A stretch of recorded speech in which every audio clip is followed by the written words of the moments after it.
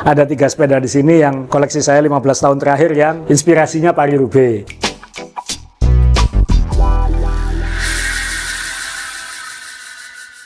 Happy Wednesday teman-teman, kembali lagi podcast Main Sepeda. Saya Azrul Ananda, sebelah saya Johnny Ray Pogacar. Karena tema hari ini kita akan banyak ngomongin keajaiban Pogacar dan evolusi sepeda kobel, sepeda jalan-jalan batu. Kebetulan kita ada sampel sepeda-sepeda yang bisa kita jadikan contoh. Tapi sebelum kita mulai, saya ingin mengucapkan terima kasih kepada IGP Sport. Ini baik komputer yang contohnya ada di meja kita ini, karena IGP Sport terima kasih akan mensupport seluruh event main sepeda setahun ini. Jadi semua event kita mulai dari Gravel Blitar sampai nanti akhir tahun sampai West Java Journey akan disupport oleh IGP Sport, dan nanti akan ada banyak program dari IGP Sport dan Main Sepeda. Ikuti terus aplikasi Main Sepeda dan website Main Sepeda tentunya, atau podcast kita, nanti siapa tahu ada hadiah-hadiah atau program-program menarik bersama IGP Sport. Ini yang saya pegang ini yang paling baru, namanya Bina VR, yang paling ringan dan kecil. Ini yang dipakai tim World Tour Groupama. Sudah dipakai di World Tour, ini nanti akan dipakai di Tour de France. Jadi ya, sekali lagi terima kasih karena Anda membantu kami terus menjaga api sepeda di Indonesia. Om Ray sudah pengen tadi, punya saya mana katanya. Sabar Om, habis ini. Jadi ini Bina VR yang paling baru, yang ringan banget, kecil. Kosong Om. Ini sih, ini sih. Yang ini yang penuh. Yang ini yang penuh. Jadi teman-teman, kalau Anda mencari produk baik komputer, saya kebetulan sudah pakai ini 2 tahun, dan karena dulu malas beli yang mahal, tapi ternyata ini sangat memuaskan gitu. Dan sekarang sudah di World Tour. Jadi sekali lagi terima kasih IGP Sport. Ini saya taruh di sini. Nah, sekarang kita ke tema utama, ke Tadej Pogacar. Om Ray ini yang harus tunjukin. Ini nih, saya tampilin di screen-nya dari Velon ini. Ini orang, Om Ray kita ini sekarang, kita ini sudah kurang lebih 15 tahun sepedaan ya, lebih ya. Kurang lebih 15 tahun, ya. Lebih dikit ya. Dan kita udah ngikuti World Tour sebagai acuan, pembalap-pembalap dunia sebagai acuan. Selalu biasanya terpecah-pecah kan. Kalau Grand Tour kita suka siapa? Benar. Kalau klasik suka siapa? Betul. Kalau sprinter suka siapa? Ya. Baru sekarang kita diberi sajian sejarah, ada satu pembalap yang bisa semuanya. Betul. Saya pikir dulu Peter Sagan, ternyata enggak kan? Iya, karena waktu di tengah-tengah Sagan lagi mancar-mancarnya itu katanya kan mau di untuk jadi pendaki atau jadi climber kan. Nggak jadi. Ya. Malah dia pengen MTB waktu itu.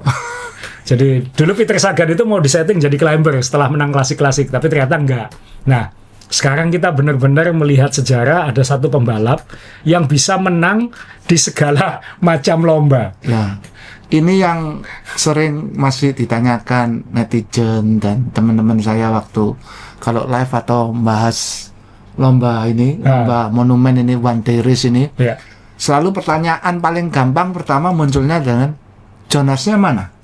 Nah, Jonasnya mana kan gitu. Karena mereka mengcompare Pogacar dengan Jonas. Jonasnya mah nggak ada. Jadi Jonasnya kan kelihatan cupu, kelihatan. Kok nggak ikut? Malah ada meme-nya itu yang 3 orang itu foto selfie bareng dari Matthew, Remco sama Pogacar ini. Terus katanya ini temen yang nggak diajak main, mainnya itu Jonasnya lagi megang HP gitu. Jadi itu ada meme-nya. Terus saya nerangkan, ya memang pada umumnya dulu ya nggak ada kejadian gini. Nggak ada satu pembalap bisa semua medan, itu nggak bisa. Jadi gitu ya. Monumen atau one day race itu biasanya dimonopoli oleh yang gede-gede. Maksudnya badannya cenderung lebih gede. Walaupun kalau Anda lihat fisiknya aslinya, ya nggak gede-gede amat. Ya sebetulnya. Nah, tapi karena hadirnya orang Solo ini, Slovenia ini, jadi akhirnya agak karena dia ini fenomena, jadi agak ngaco juga. Jadi harus nerangkan bahwa sebetulnya Grand Tour, balapan yang 3 Ventur minggu. itu 3 mingguan itu sama One Day ini dulu itu kayak punya coupling sendiri-sendiri. Ini miliknya ini, Iya. ini miliknya ini. Iya. Jadi teman-teman kan di cycling itu kalau banyak yang kaget itu kan biasanya kalau mau digampangkan itu dibagi 3, walaupun ada irisan-irisan ya. Ada yang namanya sprinter yang biasanya kayak dulu yang eksklusif sprinter itu kan Mark Cavendish. Ya. Nggak bisa nanjak, Benar. nggak bisa klasik, tapi bisa sprint. Betul. Monumennya hanya menang 1, Milan Sanremo. Karena itu bisa sprint ya. Karena dulu Milan Sanremo itu sprinters monumen kayak gitu. Oh, nggak ada nanjaknya. Nggak ada nanjaknya. Nanjaknya kan pendek ya. Yang Cipressa terakhir itu. Terus kemudian ada yang namanya climber yang kalau kita kenal dulu Contador. Ya. Kemudian Chris Slack. Froome, Slack itu Andy Schleck. Ya. Andy Schleck itu malah nggak bisa yang lain, cuman bisa climbing gitu ya. Jadi Andy Schleck. Terus kemudian ada yang namanya roller, itu yang all rounder. Tapi cenderung strong. Ya. Jadi itu kayak Jens Voigt, terus kemudian Fabian Cancellara, Tom Boonen. Ya. Nah, itu biasanya menang di lomba-lomba yang garis keras, Paris-Roubaix, yang memang membutuhkan fisik strong kayak gitu. Jadi strongman. Tapi ini ada irisan-irisan semua ya. Ada climber yang agak ke sini, ada sprinter yang agak ke sini, ada roller yang agak ke sini. Jadi nggak ada yang presisi kategori itu nggak ada. Tapi sangat jarang bisa menang semuanya. benar. Dan itu biasanya kalau di monumen, Om Bre tadi bilang monumen itu kan ada 5 one day race yang dianggap sebagai paling penting di dunia. 5 dalam setahun. Yang pertama kalau awal tahun itu apa kemarin? Milan Sanremo. Milan Sanremo karena dia ini paling panjang 300 kilo dan ini cenderung sprinters klasik dulunya. Biasanya yang menang itu cenderung sprinter daripada climber atau roller. Tapi roller atau sprinter yang menang. Milan Sanremo. Kemudian ada Tour of Flanders yang minggu kemarin barusan. Tour itu cobble klasik, jadi jalanan berbatu tapi hilly, naik turun. Jadi ada punchy hill, jadi hillsnya pendek-pendek tapi curam-curam. Terus kemudian ini biasanya strongman cenderung climber. Ya. Kemudian minggu besok Paris-Roubaix. Loh, yang lift itu enggak termasuk. Habis ini. Habis ini. Paris-Roubaix dulu dong. Paris-Roubaix. Habis Paris-Roubaix ini untuk true strongman karena nggak ada tanjakannya. Ini flat. Tapi jalan berbatu yang kejam. Batunya lebih kasar daripada Flanders. Yang Flanders ini. Lebih kejam. Nah kemudian Liège-Bastogne-Liège. Ini yang paling tua. La Doyenne namanya. Jadi balapan tertua. Ini climbers klasik. Climber. Ini cenderung climber. Jadi aspal. Jadi banyak tanjakannya kayak gitu. Orang ini lagi. Iya. Kemudian yang terakhir di akhir tahun nanti itu Il Lombardia. Orang ini juga, itu climber juga. Jadi setahun itu ada 5 monumen. Nah, dalam sejarah manusia sangat sulit untuk menang 5-5-nya. Karena Om Re ditakdirkan untuk banyak pit stopnya atau makan kayak gitu ya. Saya ditakdirkan sering cedera kayak gitu. Om John Bumiharjo ditakdirkan time trial atau apa, tapi nggak bisa semuanya kayak gitu. Nah sekarang kita menyaksikan sejarah di mana ada satu manusia yang bisa hampir semuanya, belum ya, karena masih ada Paris-Roubaix. Ya nih, minggu ini. Dan ini aja sekarang dia sudah 4 berturut-turut ini. Akhir tahun lalu 2025 dia menang Il Lombardia. Menang 5 kali berturut-turut Il Lombardia. Terus nggak ada musuhnya di Lombardia, kan nanjak soalnya. 5 tahun berturut-turut juara. Jadi gini ini bukan nyapa ya? Bukan, 5 kali menang berturut-turut. Ini itu 5 kali. Ya. Kemudian, Liège duluan ya. 2025 ding. Sebelum Il Lombardia di awal tahun lalu, spring tahun lalu dia menang Liège-Bastogne-Liège. Liège-Bastogne-Liège ini. Habis itu dia menang Il Lombardia itu tahun lalu berturut-turut. Maret kemarin dia menang Milan Sanremo yang seharusnya makanannya sprinter, ditinggal sama dia di tanjakan semua kan. Habis itu nggak bisa dikejar ya. Bisa, betul. Jadi memang dia harus ninggal di tanjakan. Kalau dia nggak ninggal di tanjakan, kekejar ya. Atau diajak sprint kalah. Jadi dia memang harus ninggal di terakhir dan dia berhasil melakukan itu. Udah. Kemudian dia menang lagi kemarin Tour of Flanders. Benar. Menang 3 kali ya Flanders.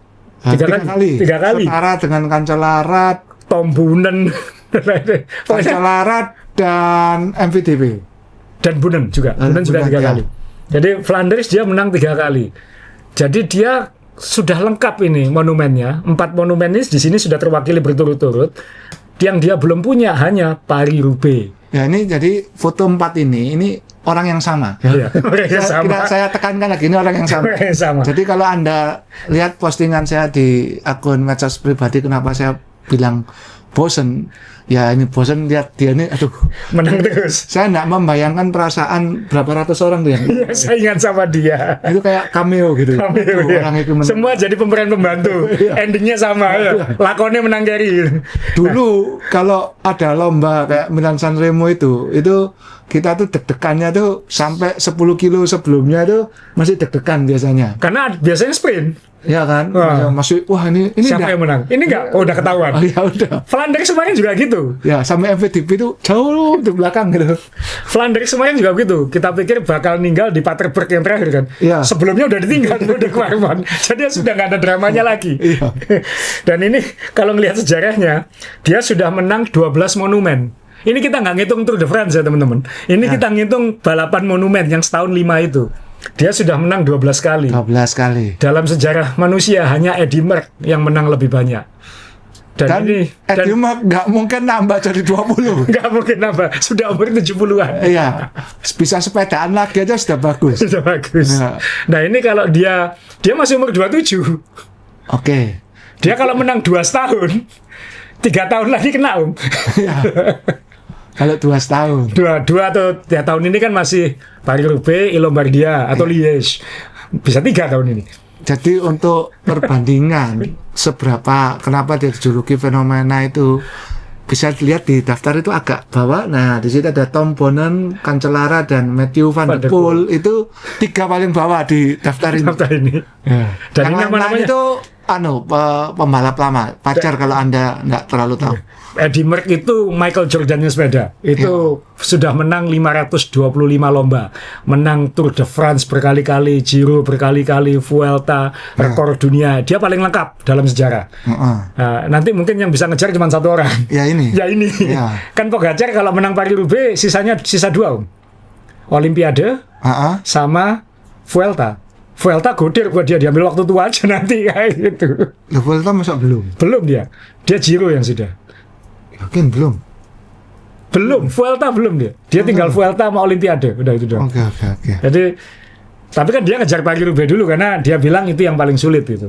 Nah ini tadi Pogacar, jadi kita mengalami masa hidup di mana ada pembalap yang akan menjadi salah satu atau mungkin paling fenomenal dalam sejarah dunia ini. Ini mungkin belum tentu ada saingannya dalam seumur hidup kita nanti gitu. Saya aja yang nyuka balap sepeda 15 tahun baru sekarang ketemu yang kayak gini. Karena dulu selalu kalau awal tahun saya dukung ke Fabian Cancellara. Kalau tengah tahun saat Grand Tour saya dulu suka Tim Sky kan Om kayak. Kamu suka Contador, saya suka Froome kayak gitu kan. Nanti ketika balapan-balapan lain ya sudah biar terserah mau dukung siapa kan kayak gitu.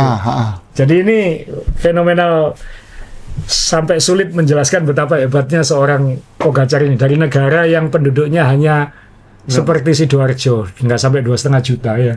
Ada 2 kan, dia sama siapa? Luka Doncic. Matek Mohoric gitu. Mohoric. Ada yang sempat DM saya tuh tanya, loh Om dulu kan termasuk yang paling pertama tahu kiprahnya dia. Maksudnya belum banyak yang tahu kan, Om yang tahu duluan kan dukung Pogacar. Iya. Sekarang kok enggak? Bosen. Aku ngomong bosen. Bukan enggak dukung, bosen. Kamu enggak. Nanti lomba apa? Dia lagi. Dramanya hilang ya. Dramanya hilang. Sepedaan itu kan, balap sepeda itu kan kadang-kadang benar-benar kilometer terakhir, kadang-kadang baru tahu siapa yang menang gitu. Ini enggak. Ya kayak kemarin misalnya ambil contoh, ini saya ambil fotonya kemarin. Dia kan ini waktu ninggal di ini kalau nggak salah Paterberg atau Kwarman pertama. Ini Paterberg.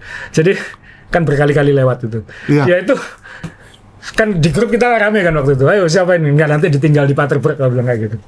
Belum Paterberg sudah sendirian dia. Jadi waduh udah nggak seru ini. Udah finishnya saya nggak nonton kok, akhirnya udah pasti menang ya. Sudah kurang 3 itu sudah sendirian. Ini kan tinggal berdua ini kan. Dan yang gilanya kan gini kan, saya waktu itu lihat ya. Maksudnya mantengin sama teman-teman yang live itu waktu dia ninggal.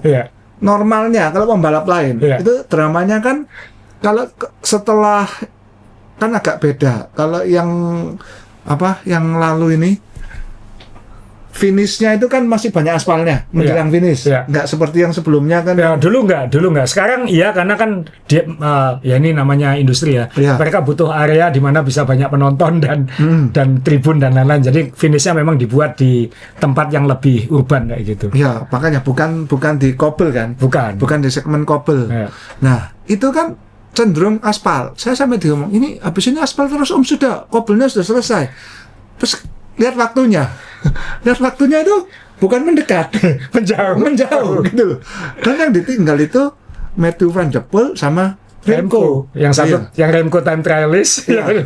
Jadi saya mikir gini, sudah ini Madesu nih. Madesu. Ya, maksudnya yang saya khawatirkan apa ya, balapan berikutnya kalau itu mendekat dia tetap juara itu saya yakin. Iya. Tapi maksudnya tidak ada gaining time atau waktu itu tidak terkikis sedikit pun, malah menjauh gitu loh. Jadi kan kalau ada balapan lagi, nah kansnya yang ngejar itu double beratnya, lebih sulit. Harus nyoba ninggal dia, bukan ngejar dia kan kayak betul, gitu. Ya. Jadi lebih berat. Karena biasanya dulu Peter Sagan, Cancellara itu harus ninggal di Paterberg, di tanjakan ini gitu. Nah, itu yang ini memang fenomenal banget, dan kalau ngelihat orangnya kan besar enggak, kecil enggak sebenarnya kan. Tapi saya lihat Om, dia kayaknya tahun ini memang sengaja badannya disetting untuk klasik kayaknya. Oh, digedein lihat badannya kan enggak Anda lihat Jonas di balapan stage race kan, Jonas ikut yang balapan seminggu kan, karena betul, ya. persiapan untuk Giro. Ya. Jadi kan dia kurus kan ya. Ini kan enggak, ini dempal itu, maksudnya dibesarin badannya gitu, karena memang tantangannya balapan klasik itu kan badannya harus lebih strong kayak gitu. Karena kan kobel-kobel ini, kalau saya ngomong di grup kita waktu itu, grup teman-teman kita Asos itu Remco akan sulit. Kenapa? Remco terlalu kecil. Ya. Jadi kalau Remco harus dikobel itu dia lebih mendal-mendal gitu. Kenapa? Ini pengalaman soalnya. Ini kita dulu, ini Omri belum ikut waktu itu. Kita tahun 2015 itu kita ke sana. Ini Om John Bumiharjo yang badannya gede yang saya tunjukin ini. Om John Bumiharjo kan 187. Gede kan bener, kayak dia kayak Matthew Van der Poel gitu kan. Gede, dia nggak masalah gitu. Nah, yang lebih kecil-kecil mendal-mendal semua, Pak Tony segala macam. Itu terpental-pental di ini Paterberg, teman-teman. Paterberg kalau nggak ada tribunnya ya kayak gini. Ya kalau ada tribunnya kalau ada tribunnya kayak gini, kalau nggak ada tribunnya kayak gini. Ini Om John Bumiharjo ini. Jadi ya ini jalan batu-batu ya ini, dan ini 20% ya, cuman kan nggak kelihatan kalau di film nggak kelihatan 20%. Jadi ya ini ya beda ya Om John sama Pogacar ya. Om John Bumiharjo, Pogacar. Ya. Nah ini ampun. Kayaknya digedein, dan kalau dia digedein berarti ngejar Paris-Roubaix gitu. Ternyata memang ngejar Paris-Roubaix ya. Nah itu ada yang tanya lagi Om, batu-batunya kok nggak dibetulin ya? Iya. Ada temennya tanya, Om, batu-batunya kok nggak direvitalisasi? Lah ini turunan zaman penjajahan Roma. Iya. Jadi memang malah dilestarikan teman-teman jalan itu. Jalannya itu memang dilestarikan berbatu. Karena memang kayak jalan historis, apalagi dengan adanya event kelas dunia kayak gini yang mendatangkan ekonomi luar biasa untuk wilayah Flandern ini. Ya jadi pasti dijaga supaya tetap kayak gitu. Bahkan yang di Paris-Roubaix itu ada yayasan organisasi yang tugasnya merawat batu-batu itu. Jadi kalau ada batunya rusak dibuatin batu baru. Jadi benar-benar dibuat berbatu kayak gitu. Ini kalau sebagai pembanding ya teman-teman ya, kayak misalnya jalannya Flanders ini yang Om John Bumiharjo, ini saya di Kapelmoer, batu-batunya ini lebih, ini aku Omri, batu-batunya ini lebih dulu waktu masih kurus. Batu-batunya ini lebih mulus, lebih batu kali gitu, jadi lebih licin sebenarnya. Nah batu-batunya Paris-Roubaix lebih kasar. Jadi nanti ini akan jadi tantangannya Pogacar, karena nggak ada tanjakannya kan. Dia mau lari di mana? Dia nggak bisa lari. Maksudnya dia tidak bisa mengandalkan kemampuannya sebagai climber kayak gitu. Karena dia harus ngegas di datar. Jadi 250 kilo, 55 kilonya jalan berbatu kayak gini, dikategorikannya kayak tanjakan. Tanjakan ada kategori HC 1. Ya. Nah, kalau ini pakai bintang. Bintang 1, bintang 2, bintang 3, bintang 4, bintang 5. Nah, bintang 5, bintang 5-nya itu dekat finish semua. Oh, jadi anu ya, apa tambah dekat, tambah sulit, tambah berat. Tambah kejem ya. Tambah kejam. Jadi apa yang satu Carrefour de la Brie, saya nggak tahu bacanya bahasa Prancis. Itu penentu sama ini Torre Arenberg ini, hutan Arenberg ini. Dan ini mobil support nggak bisa ikut, harus reroute. Jadi kalau bocor di sini, mereka nyiapin orang bawa ban gini di pinggir. Oh, Jadi dia harus nyari solusi gitu. Ini ngeri gini, ini kita waktu itu ke Roubaix, tapi kita nggak ngambil hutan Arenberg, kita sekitar kota Roubaix-nya, kita ke velodrome-nya, tapi nggak ke kobel-kobelnya. Jadi ya ini akan jadi tantangan buat Pogacar, bisa nggak menang di Paris-Roubaix. oh ya, satu lagi tambahan aja. Waktu Milan Sanremo itu, Ya, dia kan tandingnya sama Pidcock ya, karena MPDB tangannya sakit waktu Ya. itu. Itu kan turunannya lumayan. ya. Turunan Cipressa ya. Ya, Poggio atau Cipressa ya? Itu kan Ya. pewanter kan. Ya.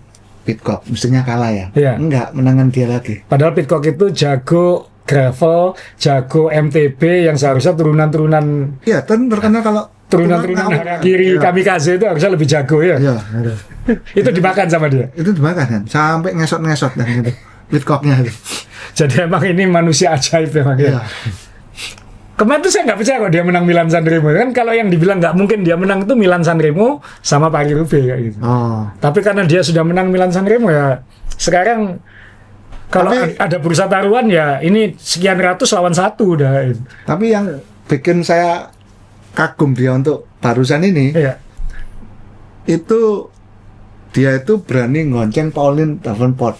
Oh, aku nggak mau ngambil fotonya itu. Pauline Ferran Prevost. Ferran Prevost ya. Oh. Kita pernah saya Om John. Oh, bukan yang Davenport ya? Bukan. Ferran Prevost yang Salah, Prancis. salah, maaf. Ya, itu dulu juara dunia kan ya? Iya. Iya. Itu The France katanya. Ya. Ya, juara itu depannya. Dulu imut itu waktu kita ketemu tahun 2015 di Amerika itu waktu kejuaraan dunia masih imut. Sekarang ya udah kelihatan lebih keriput. Nah ya. Ya kan dulu. Ya itu digonceng Pogacar. Pogacar. Ya. Ya, di depan. Ya. Jadi pertanyaannya adalah pertama yang tanya sama saya, loh Om itu frame-nya nggak apa-apa? Start ganti kalau cuplek. Ya ini pembalap pro ya, nggak usah dipikir ya, Iya. nggak usah dipikir. Udah diganti itu. Ya, cuman bikin saya, wah kendel hari ini. Jadi ya teman-teman hari Minggu besok kalau yang suka nonton balapan harus nonton Paris-Roubaix. Saya ini penggemar Paris-Roubaix. Aku ini penggemar Paris-Roubaix. Jadi aku biasanya, yang lain aku biasanya nggak nonton, tapi Paris-Roubaix aku biasanya nonton karena nggak ada tanjakan tapi kayak kejem banget gitu kan. Apalagi saya kan favorit saya dulu Fabian Cancellara. Jadi ya bersinarnya cuma di situ kadang-kadang kayak gitu. Jadi suka nontonnya di situ. Dan ini ngelanjut ke bridging ke berikutnya adalah kita ngomongin sepeda-sepedanya Bro ya. Karena kalau ngelihat 3 sepeda yang dipakai 3 besar ini tiga-tiganya juara dunia ya. Pogacar juara dunia yang sekarang, Van der Poel pernah juara dunia, makanya di jersey-nya di lengannya ada UCI Rainbow ini. Sama Remco kan juga pernah juara dunia. Jadi tiga-tiganya ini juara dunia. Bukannya road, XC, time trial? Enggak, ini road semua.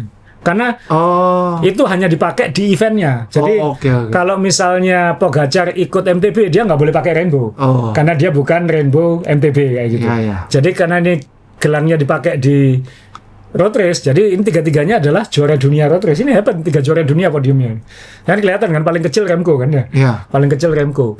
Remco ini juga garis miring climber kan, jadi dia nanti potensi Tour de France-nya kan juga gede. Matthew ini yang paling klasik badannya, yang paling gede kayak kuda pacu gitu. Sedangkan Pogacar ini kan harusnya kurus gitu. Cuman ini dibesarin. Nah, sepedanya ini kan sepeda aero semua ini, relatif aero. Maksudnya Pogacar pasti sepeda aero, ini Colnago yang aero apa namanya? Years Y1 RS. Iya. Canyon aero, walaupun ini kayak saya nggak tahu apakah ini aero atau endurance yang baru, karena endurance yang baru juga aero. Iya. Kayak gitu. Nah ini pakai SL8 yang all round aero kayak gitu. Ya itu Om yang buat ngonceng ya itu sepedanya. Ini yang dipakai gonceng. Jadi ini saya suka Paris-Roubaix, dan ini saya ngajak Om Ray ngobrol juga, karena kalau kita suka evolusi sepeda, itu paling asing melihat Paris-Roubaix, karena eksperimen-eksperimen sepeda itu di situ semua gitu. Jadi kalau kita ngelihat sekarang, ini semuanya sudah aerobike. Ini untuk kobel ya, ini masih di aspal, tapi kan melewati jalan-jalan batu gitu. Ya. Jangan dulu lupakan pakai sepeda aero itu keras gitu. Ya. Jadi jalan-jalan batu mereka pasti punya sepeda-sepeda endurance gitu. Jadi nanti kita akan ngomongin evolusinya itu. Nah ini saya mau nunjukin gambar sepeda yang dipakai ini balapan ini tahun 2010. Jadi tahun 2010 ini Paris-Roubaix. Paris-Roubaix dulu kan masih rim brake pasti. Ini favorit saya, Fabian Cancellara. Ini juara Swiss ini. Ini mungkin kesukaannya Om Ray. Ini Tom Boonen. Oh, sepedanya Eddy Merckx, mereknya. Ya. Eddy Merckx. Ini Tom Boonen yang dua orang ini kayak Jonas lawan Poggi gitu. Jadi selalu dua ini yang menang kayak gitu. Ini belakang ini kalau nggak salah Thor Hushovd kalau nggak salah. Nah, ini juga jagoan klasik. Nah, ini tahun 2010 itu salah satu yang pertama pakai wheelset karbon itu ya Cancellara sama Thor ini ya, Thor Hushovd ini. Tom Boonen masih pakai pelek alloy kotak itu, alloy standar itu, masih pakai pelek alloy standar. Ini jadi evolusi, jadi sampai 2010 aja belum berani pakai pelek karbon. Karena Di Paris-Roubaix. karena kerasnya luar biasa. Kalau di Tour de France sebelumnya ya. Sebelumnya sudah berani kayak gitu, tapi di Paris-Roubaix nggak berani, takut pecah masih waktu itu. Ini Specialized Roubaix ya dia pakai. Kemudian kalau di zoomkan terpisah, ini kan Cancellara sudah pakai Zip 303 edisi pertama. Kemudian ini Tom Boonen masih pakai pelek alloy. Belakangnya juga masih, ini Team Sky loh ini, masih pakai pelek alloy 2010. Jadi dulu itu saking takutnya sama batu-batunya Roubaix ini, mereka masih pakai yang seperti ini gitu. Itu spoknya bukan 24 itu ya? 32 ya? 32. Jadi kalau mau nunjukin ke teman-teman ya, waktu Om John sama grup kami waktu itu ke Flanders sama ke Roubaix, kita pesen pelek khusus waktu itu. Kita pesen ke wheel builder di Amerika, minta bikin pakai head Belgium. Tapi spoknya 32. Karena kita mau ke kobel gitu. Jadi sama dia dibuatin pelek khusus untuk itu. Karena pelek biasa belum tentu tahan. Gitu.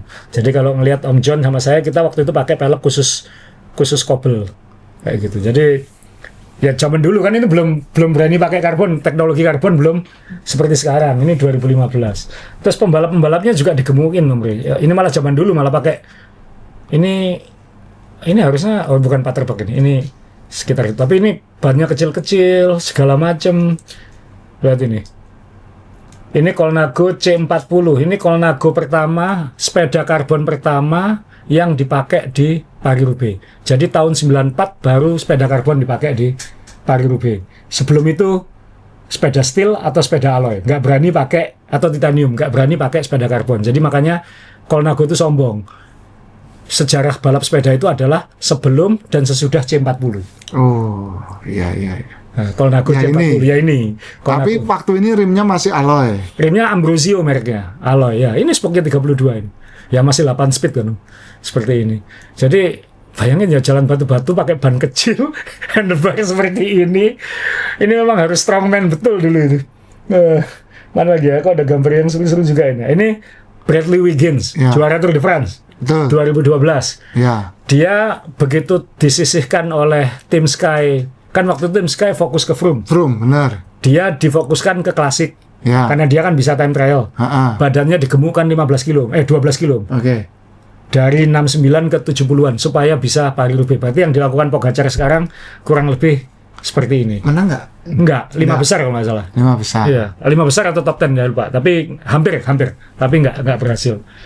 Jadi teman-teman dari cerita yang belakangan ini kita sebagian dari kita sudah benar, untuk kuat di medan seperti ini kita harus gemuk dulu. Paling enggak langkah pertama saya sudah melakukan. Jadi kalau Anda yang timbangannya semakin naik, ya berarti Anda mau persiapan. Jadi kalau ditanya, aku bukan climber, aku kobel klasik. Kobel klasik. Jadi ada istilah baru teman-teman kalau diledek, kok gemuk Om? Ya, aku fokus ke kobel klasik. Kobel klasik. Nanti kobelnya di mana?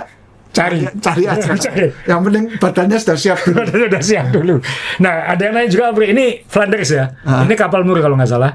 Ini juga sama, ini 2010. Ini Fabian Cancellara masih pakai tarmac, tim Saxo Bank ya, tarmac SL3. Ini kobelnya Flanders lebih halus daripada Roubaix, dan Tombunen juga masih pakai pelek alloy. Ini bukan Tombunen ya, ini Tombunen masih pakai pelek alloy.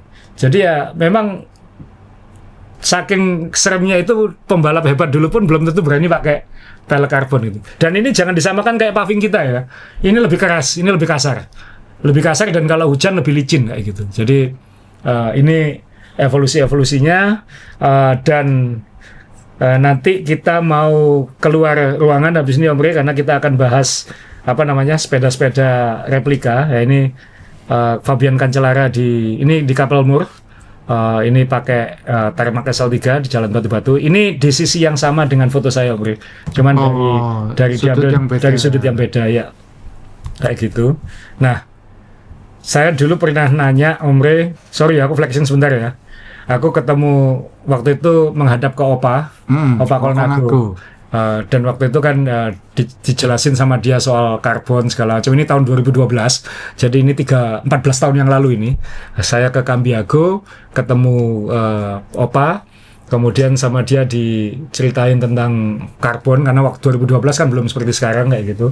Dan sama dia dijelasin karbon tuh luar dalamnya harus gimana kayak gitu-gitu. Terus sebelum selesai saya tanya ke dia, sama-sama direkturnya ini, saya tanya, berarti saya kalau mau koleksi sepeda Colnago, yang harus saya beli yang mana gitu. Kalau saya pengen yang kalau kita ngomong 20 tahun, 30 tahun lagi, itu akan jadi sesuatu yang collectible gitu kan. IRS belum tentu kan ya, Yawan IRS belum tentu.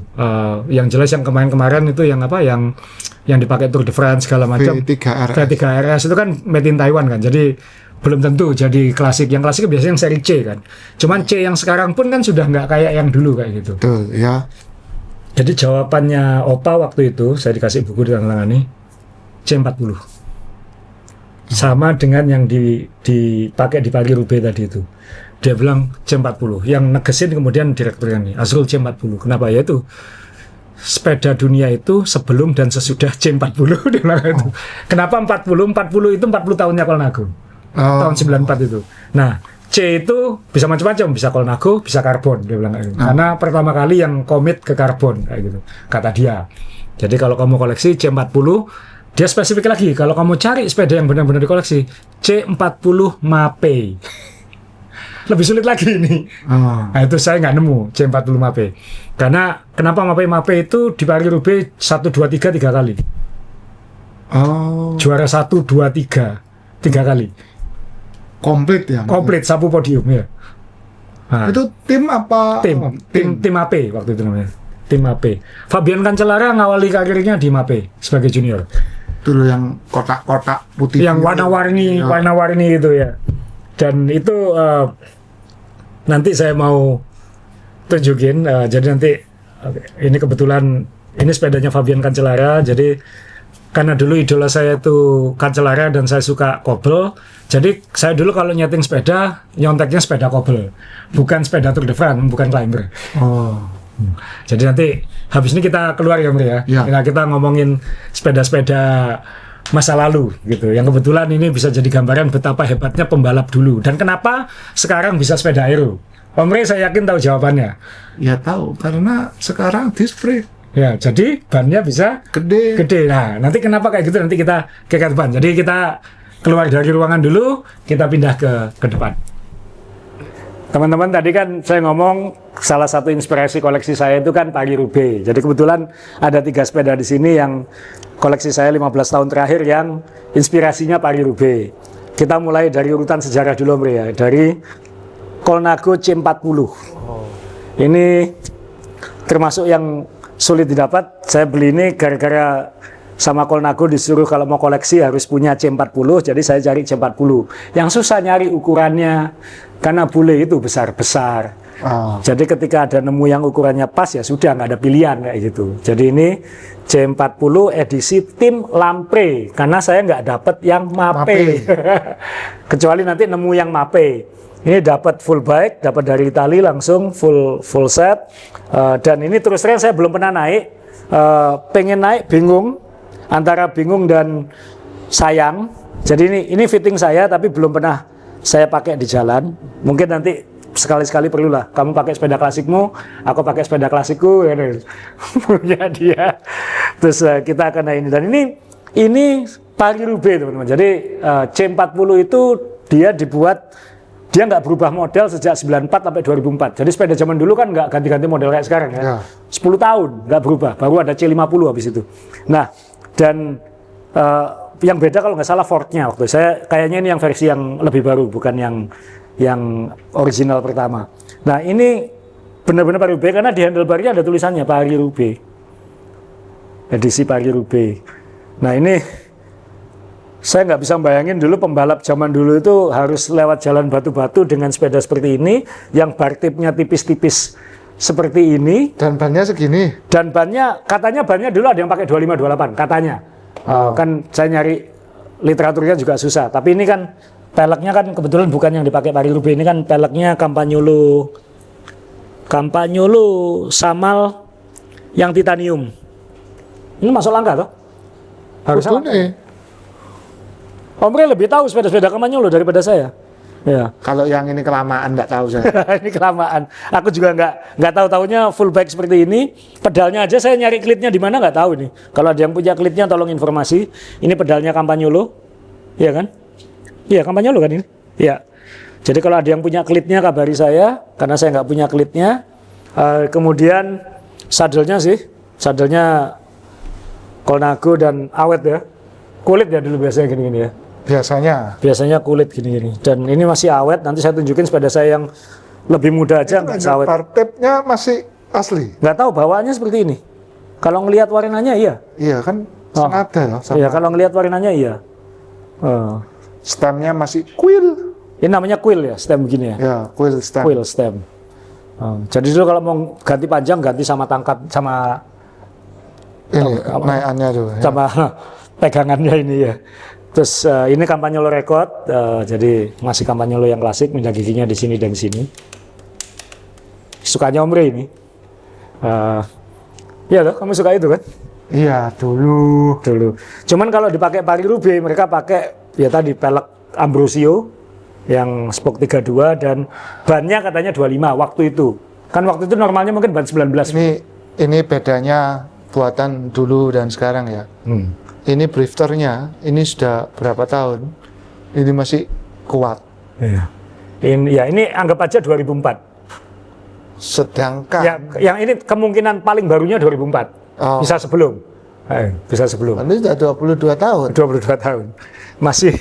Padahal yang baru Ekar itu saya pakai sekali aja, ininya sudah gak karu-karuan. Jadi memang zaman dulu lebih, ini juga sudah terkikis ya Om. Iya, maksudnya fungsinya ini. Ini sudah terkikis ini ya. Ini kalau dilihat kan ini masih utuh, ini sudah terkikis. Jadi ini kan kepake emang ya. Ini kalau sobek aku nggak tahu nyarinya di mana ini. Ya kan sudah terkikis ini. Oh iya. Iya, sudah. Tapi ya masih utuh, masih hebat ya. Jadi ya sama Omre bilang tadi kerennya katanya.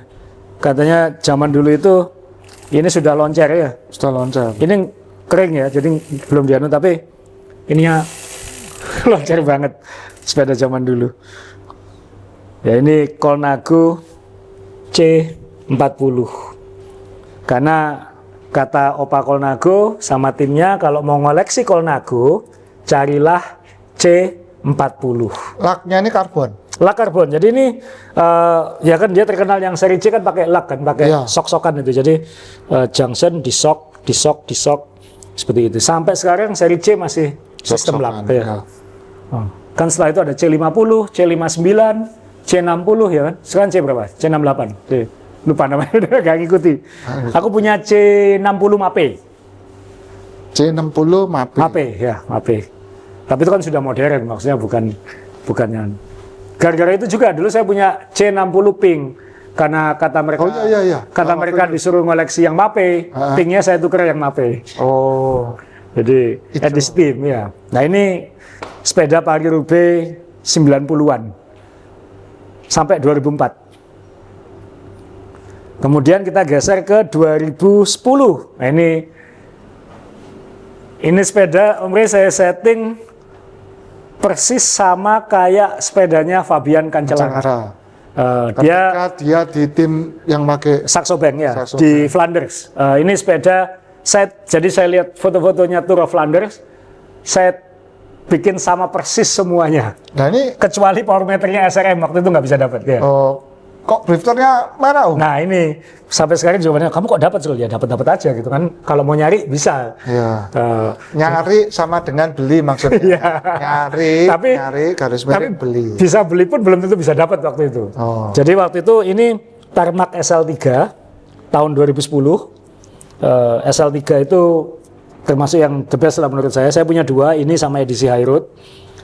Kemudian SRAM rate-nya itu SRAM rate 10 speed. Jadi ini SRAM rate generasi pertama sebenarnya. SRAM rate 10 speed, jadi masih 10 speed. Oh, bukan yang 11 ya? Belum, ini belum, masih 10 speed. Karena waktu itu FD-nya masih rewel. Komplainnya SRAM yang lama itu FD-nya gampang lemes, gampang lompat. Tapi ini yang dipakai Cancellara dan kabelnya putih, saya pakai kabel putih, speknya lengkap. Dia pakai bottle cage merek Tech yang ini, saya beli yang ini, sama botolnya juga ada, lengkap sama. Kemudian wheel setnya ini juga Zip 303 itu. Ini zip bersejarah, Bro. Ini zip 303 pertama ini. Sebelum Paris-Roubaix. 303 pertama yang diproduksi. Jadi sebelum zip itu populer. Ini zip pertama, jadi masih kecil, masih tipis, masih belum lebar, tubular ya pasti, zaman dulu sepeda pasti tubular. Kemudian, tapi ini kayaknya punya saya ini yang clincher. Ya clincher ya, clincher apa tubular? Tubular. Kemudian ininya masih silver chrome, spoke-nya, dan ya ini masih lancip belum lebar seperti yang sekarang. Jadi ini zip 303 edisi pertama. Ya ini yang dipakai Cancellara di Flanders sama Paris-Roubaix. Ini masih pakai ban 22 kalau nggak salah. Ya ban 22. Mereka pakai ban 25 harusnya pas Paris-Roubaix atau pas Flanders. Terus tapi ini kan waktu itu ya dibilang susah enggak, dibilang gampang enggak wheelsetnya kan ya. Masih bisa didapat zip edisi pertama ini. Nah yang saya cari sama persis lagi itu ya handlebar, karena Cancellara pakai FSA. Ini alloy sebenarnya, karena pembalap zaman dulu kan suka alloy, karena lebih kuat kan. Jadi kalau kecelakaan atau apa nggak patah. Karena karbon dulu kan belum seperti sekarang. Jadi ininya masih FSA yang alloy, compact alloy, Wing Pro namanya alloy. Kemudian stemnya juga S-Work yang alloy, tapi faceplate-nya karbon. Jadi ini persis sama seperti yang dipakai Cancellara. Seat post-nya juga saya samakan, K-Force yang melengkung ini. Saddle-nya juga saya samakan, Prologo yang scratch ini. Cuman kok waktu saya turunkan sebelum syuting, loh kok patah-patah. Pecah-pecah ya. Pemerintah ya. Itu lebih lama. Itu lebih lama. Tapi lebih awet. Ini 2010. Udah pecah-pecah, jadi ya memang didesain untuk beli terus. Masalahnya belinya di mana habis ini? Sudah nggak keluar mungkin? Mungkin ada teman-teman yang tahu caranya restorasi atau apa, tolong kabari di komen. Saya pengen restorasi. Jadi ya ini sepeda juara replika, meniru sepeda juara Tour of Flanders 2010. Hoodnya merah karena Fabian Cancellara itu juara Swiss, kan warnanya merah. Jadi ada yang merah. Tapi sebenarnya SRAM waktu itu ngeluarin yang kuning. Iya. Karena juara Tour de France. Ya, jadi ada edisi yang kuning, ada yang merah ininya. Siapa yang pakai Tour de France? Andy Schleck. Andy Schleck pakai Andy Schleck kalau nggak salah. Ya. Andy Schleck atau Contador malah. Rasanya enggak. Bukan Contador ya. Pokoknya juara Tour de France waktu itu karena SRAM juara Tour de France jadi pakai kuning. Nah, ini yang 2010. Cancellara kemudian pindah ke RadioShack, ke Trek. RadioShack Leopard atau ganti-ganti nama. Nah ini Jadi teman-teman kalau kita lihat ya, ini sepeda karbon pertama yang dipakai di Paris-Roubaix atau Flanders. Ini sepeda all-rounder dipakai di Cobble Classic. Kan Tarmac itu sepeda all-rounder. Kemudian era belasan itu, mulai 2010 sampai 2010-an akhir itu, trennya sepeda endurance nyebutnya ya, sepeda cobble, sepeda endurance. Sepeda endurance itu dibuat lebih rileks, lebih panjang, lebih nyaman. Nah, Trek Specialized punya yang namanya Roubaix karena terinspirasi dari Paris-Roubaix. Cancellara pakai itu di Roubaix. Kemudian Trek punya yang namanya Domane. Ya. Domane ini Domane pertama ya, 2013. Kemudian Cannondale keluar yang namanya Synapse. Canyon keluar yang namanya Endurance untuk balapan-balapan klasik. Waktu itu saya sama Om Paulus Setiabudi pesan ini. Ya, yang edisi Spartacus itu. Jadi kenapa namanya Spartacus? Karena itu julukannya Cancellara. Fabian Cancellara itu julukannya Spartacus. Jadi keren. Sama hitamnya? Hitam yang dia pakai hitam. Tergantung kalau dia mewakili timnas, dia pakai yang putih. Kalau dia membalap untuk tim, dia pakai yang hitam. Oh enggak, sama Om Paulus itu sama-sama hitam. Sama-sama hitam. Sama-sama hitam. Saya tahu ada beberapa teman tuh punya yang putih. Yang putih ya. Tapi yang dia pakai kalau mewakili tim itu hitam. Tapi kalau dia mewakili timnasnya dia pakai yang putih. Misalnya di Olimpiade atau di kejuaraan dunia. Banyak sepedanya ya. Aku sih milih yang tim kayak gitu. Nah, ini juga saya semaksimal mungkin saya niru settingannya Fabian. Handlebarnya sama, settingnya sama. Kalau trek kan gampang, semua pasti Bontrager kan. Terus kemudian pakai Shimano Dura Ace 11 speed waktu itu mechanical. Cancellara paling nggak mau pakai dia itu. Dia menolak pakai elektronik, dia selalu pakai mechanical. Cuman sama dia kabelnya diganti pakai Nokon ini. Nokon silver. Jadi teman-teman yang era klasik pasti, kabelnya Nokon itu. Karena ini bukan kabel biasa, ini kabel-kabel aluminium ya. Jadi, itu dirangkai satu-satu sampai sambung menyambung seperti kabel. Bentuknya sebetulnya kayak tabung kecil-kecil putus-putus gitu. Iya. Jadi ini Cancellara pakai Nokon seperti itu. Peleknya juga masih tubular. Cuman ini aslinya bannya kan dia pakai FMB. Apa itu? Francis Marie Boyo itu yang biasa di Paris-Roubaix itu. Jadi karena di Cobble itu mereka suka pakai tubular karena kalau bocor dia flat seperti ini. Jadi nggak jatuh. Kalau pakai kelincer kan jatuh, lompat bannya. Jadi ini dilem bannya. Cuman ban FMB itu kan ban katun. Jadi punya saya sudah hancur, Om. Jadi ini saya pakai yang punya Bontrager. Cuman ya ini juga sudah rusak, sudah bocor tadi di pompa sudah nggak bisa. Jadi harus beli lagi. Masalahnya, dan dilem lagi. Masalahnya ban-ban seperti ini nggak bisa 1,5 juta satu harganya. Asem. Jadi ya ini bannya tubular dan ini ban 25. Bayangin waktu itu Paris-Roubaix pakai 25 ya. 25 atau 28 masih seperti itu. Terus apa lagi yang baru? Ini bottle cage-nya juga pakai yang murah, nyebutnya bed cage. Ini murah, ini $15 dulu. Cancellara pakai ini, plastik nilon ini. Jadi bukan karbon karena dia kan ngejar jangan hancur kayak gitu. Nah ini juga kalau Anda beli trek pasti sulit menemukan wheelset yang putih spoknya. Karena wheelset Bontrager yang spok putih itu hanya untuk tim. Jadi kalau bisa dapetin yang putih tandanya sakti, Om. Seperti ini. Tandanya sakti, Om. Nah ini juga waktu itu sama teman saya, sahabat saya Prajna, kita sama-sama dapat. Saya miring dikit ya. Sama-sama beli. Tapi kan harus dapat dulu. Ya, dapat beli dapat. Ya. Sebelum oversize pulley itu ngetop, Cancellara sudah pakai duluan. Dia pakai merek Brenner ini. Jadi full karbon masih. Dan ini masih malah sudah aero duluan. Iya, karena nggak aneh-aneh kan, ya memang cuma papan karbon kayak gitu. Iya. Jadi ini namanya Brenner Cage. Jadi tahun 2013 ini kayak pionirnya oversize pulley gitu. Jadi dapat di Eropa waktu itu, dan karena saya pengen sepeda saya mirip dengan sepeda Cancellara, jadi harus cari ininya juga. Yang nggak sempat ketemu adalah ketemu Cancellaranya sama minta tanda tangan, itu aja. Itu belum kesampean? Kalau sampean pas mau ke sana, pas dia batal datang. Yang kemana? Yang waktu kita ikut trek tahun 2016, kan kita kan ikut trek waktu itu. Iya. Om Re dan saya ke Spanyol ikut nonton Vuelta itu sama trek. Mestinya datang. katanya minimal dia datang sebagai ambasador. Ternyata Iya. kan nggak datang, malah kamu yang ketemu Contador. Itu kan dia lomba. Ya dia lomba, ya. Jadi malah saya yang nggak ketemu Cancellara. Jadi seandainya ketemu Cancellara kan Oh. Tapi kan nggak dibawa ini. enggak, waktu itu pakai Emonda ya. Nah, tapi kan impian saya kan ketemu Cancellara, belum kesampaian sampai hari ini. Di mana-mana tuh nggak ketemu. Nggak ketemu. Di Australia di mana itu? Dia sempat datang di Australia waktu saya ke sana, tapi nggak ketemu juga. Sudah saya sanggong nggak ketemu.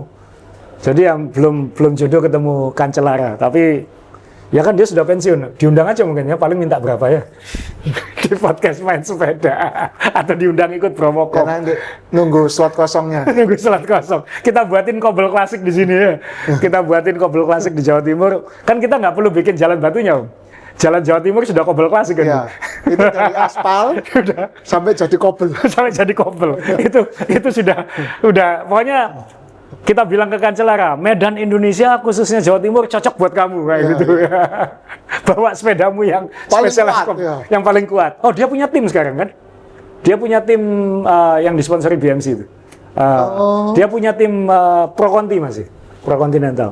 Jadi ini replikanya sepeda Fabian Cancellara. Jadi cuman sekarang kan sudah eranya aerobike. Jadi dulu karbon bundel, karbon all round, sepeda endurance, sekarang sepeda aero. Ya. Karena sepeda aero sekarang disc brake bisa pakai ban 30-32. Pogacar pakai ban berapa? Nggak tahu saya yang ini. 30-32 kayaknya. Saya cuma tahu dia pakai Shimano. Pakai Shimano ya. Dia pakai ban 32 kalau nggak salah. 30 atau 32. Van der Poel pakai 32. Pakai 32. Pakai 32. Ya, itu katanya waktu ngoper Pogacar. Iya. Cuman di belakangnya aja. Wattnya tuh powernya 650. Hanya untuk ngejar. Hanya untuk nempel. Hanya untuk nempel. Itu pedot.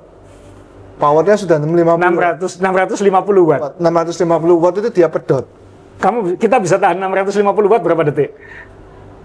Satu ekor. Satu ekor cat. 630 watt itu. Ya ampun. Iya, dan dia sudah ketinggalan.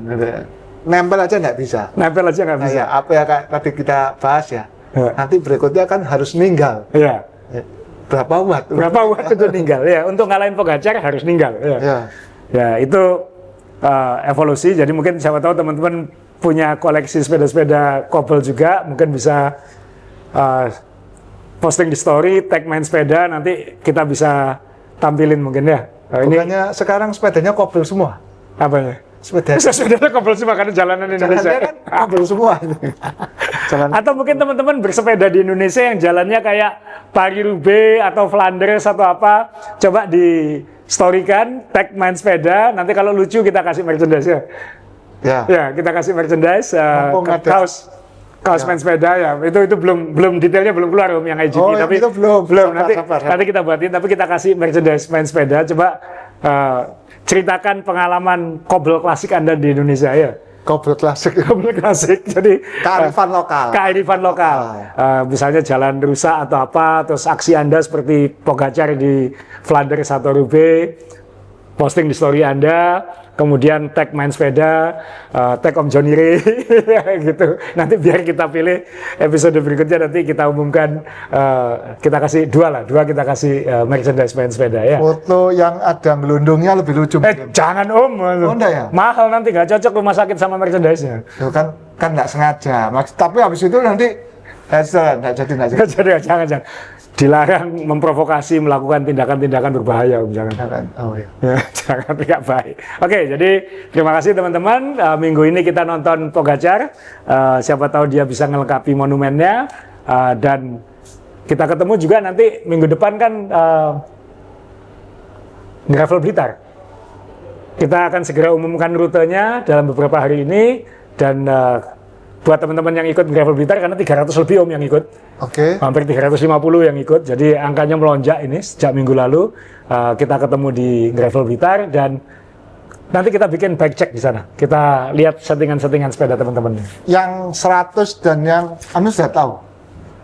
Yang ikut race hampir 100, mayoritas ikut non kompetitif. Mayoritas ikut Om Ray. Jadi 200 sekian itu non kompetitif. Non kompetitif. Oh, jadi kalau tiba-tiba yang race full itu berarti pindah di last minute ya. Iya, dari last minute ya. Oke, jadi terima kasih, sampai ketemu.